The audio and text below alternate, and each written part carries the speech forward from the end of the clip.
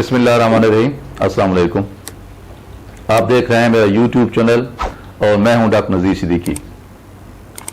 मैंने तस्वीर को जूम करके देखा तो मुझे नरेंद्र मोदी की आंखों में भी वही खौफ नजर आया जो 2 दिन पहले एक कश्मीरी नन्हे और मासूम अयाद की आंखों से झलक रहा था।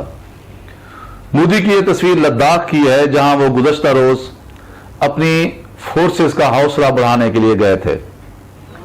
हैरत तो यह है कि मैदान जंग बनी गलवान वादी जाने की बजाय नरेंद्र मोदी 250 किलोमीटर दूर खड़े होकर अपना भाषण कौम को, दुनिया को सुनाकर तो वापस आ गए।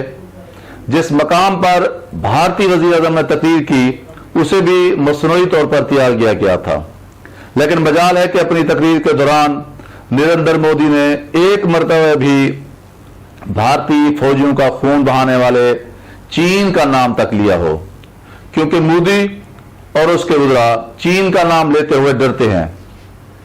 पिछले हफ्ते ही टिकटॉक समेत 59 चीनी ऐप्स बंद करने के भारतीय हुक्मनामे में भी कौमी सलामती का जवाब बनाया गया था, लेकिन इस नोटिफिकेशन में भी कहीं चीन का नाम तक नहीं लिया गया, क्योंकि चीन का नाम लेते हुए भारतीयों को सांप सूंघ जाता है। लेकिन अगर बात हो पाकिस्तान की तो भारतीय क़यादत सांस लिए बगैर धौंस धमकियों पर उतर आती है। दरअसल ताकत अपना लोहा मनवाती है और चीन ने अपनी ताकत का लोहा मनवाकर यह साबित किया है कि उसके मुकाबले में भारत की कोई हैसियत नहीं है।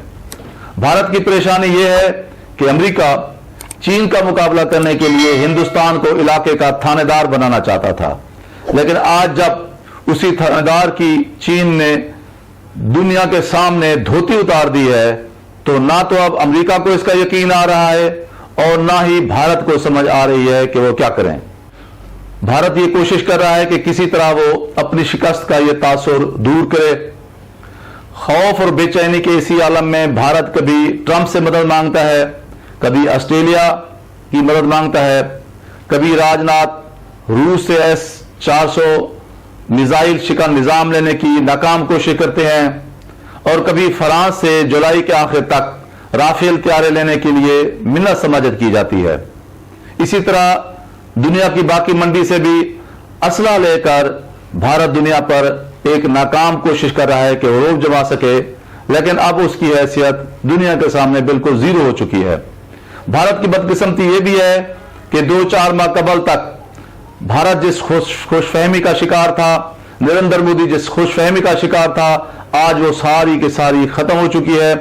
जनूबी एशिया के भारत के सारे हमसाए आज उसके खिलाफ निकलकर चीन के साथ खड़े हो चुके हैं और पाकिस्तानियों के एहसासात का खून करते हुए मोदी के प्रेम में गिरफ्तार बाज अरब रियासतें भी आज बिल्कुल खामोश हैं और अपने लब सी रखे हैं, जबकि इसराइल और अमेरिका भारत की मदद करने की बजाय खुद परेशान हैं, क्योंकि चीन का मुकाबला करने के लिए उन्होंने जिस पहलवान को पाला पोसा था और दूध और मलाई खिलाई थी, वो आज खुद ही चीन के एक मुक्के के बायस चारों शाने चित हो चुका है।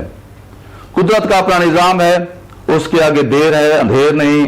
चंद माह कबल दुनिया भर में पॉपुलर समझा जाने वाला और अपनी डिप्लोमेसी पर नाज करने वाला नरेंद्र मोदी आज खुद अपनी कौम के सामने एक शिकस्त खुर्दा बूढ़ा शख्स बन चुका है। उसमें इतनी जुर्रत भी नहीं है कि अपने दुश्मन मुल्क चीन का नाम ले सके। आफरीन है कश्मीरियों पर और भारतीय मुसलमानों पर जो अपने दुश्मन नरेंद्र मोदी, RSS, भारतीय मीडिया और बीजेपी का नाम भी लेते हैं और इन सब का मुकाबला करने का हौसला भी रखते हैं। दोस्तों, आपसे गुजारिश है कि मेरी इस वीडियो को ज्यादा शेयर कीजिए, ज्यादा लाइक कीजिए, कमेंट सेक्शन में अपने कमेंट्स जरूर भेजिए और मेरे यूट्यूब चैनल डॉक्टर नज़ीर सिद्दीकी को सब्सक्राइब कीजिए। बहुत शुक्रिया। अस्सलाम वालेकुम।